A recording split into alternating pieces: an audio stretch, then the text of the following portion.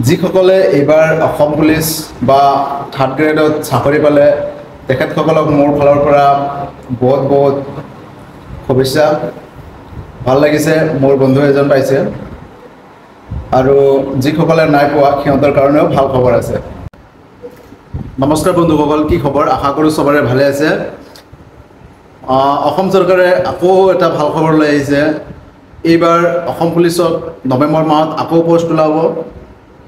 তাৰপিছত প্ৰাথমিক বিদ্যালয়তো শিক্ষকৰ পোষ্ট ওলাব।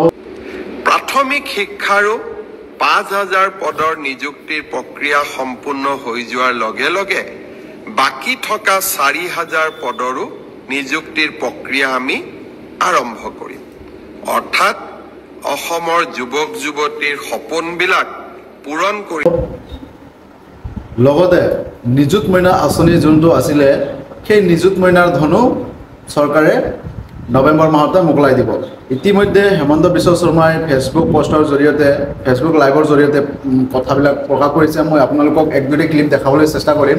নৱেম্বৰ মাহৰ শেষৰ ফালে পুলিচৰ নিযুক্তিৰ বাবে আৰু কেইবা হাজাৰো পদ আমি মুকলি কৰি দিম। আজি যিসকলে পুলিচত চাকৰি মই অনুৰোধ কৰিম, নৱেম্বৰত আপোনালোকে আকৌ আবেদন কৰিব, যাতে আপোনালোকৰ আশাবিলাক।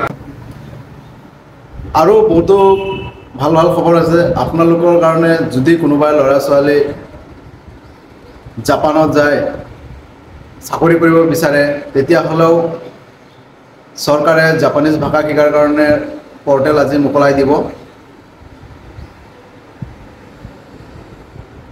লগতে সেই জাপানীজ লেংগুৱেজ শিকাৰ কাৰণে যি খৰচ 1,80,000 1 লাখ টকাটো চৰকাৰে দিব। 80,000 টকাটো আপোনালোকে লোন ল'ব লাগিব এক্সিছ বেংকৰ পৰা। চৰকাৰে ইতিমধ্যে কৈছে। তো যোনবিলাক ল'ৰা ছোৱালী ইণ্টাৰেষ্টেড আছে সিহঁতে পৰ্টেল খুলিলে ৰেজিষ্ট্ৰেশ্যন কৰি ল'ব লাগিব। আৰু লোনটো কেনেকুৱা হ'ব বাৰু সেইটো মই দেখুৱাই দিম। এতিয়ালৈকে আৰম্ভ হোৱা নাই। এবাৰ আৰম্ভ হৈছিলে, মোৰ তাত এজন তেনেকুৱা আহিছিলে যে এই জাপানীজ কাৰণে লোনটো ৰেজিষ্ট্ৰেশ্যন কৰিব লাগে। তো লোনটো ৰেজিষ্ট্ৰেশ্যন প্ৰচেছটো নহ'ল, কিবা গ্লিচ আছিলে। তো এইবাৰ মুখ্যমন্ত্ৰী নিজে কৈছে যে হ'ব বুলি। তেতিয়াহ'লে যদি নতুন পৰ্টেল আহে তেতিয়াহ'লে মই আপোনালোকক দেখুৱাই দিম।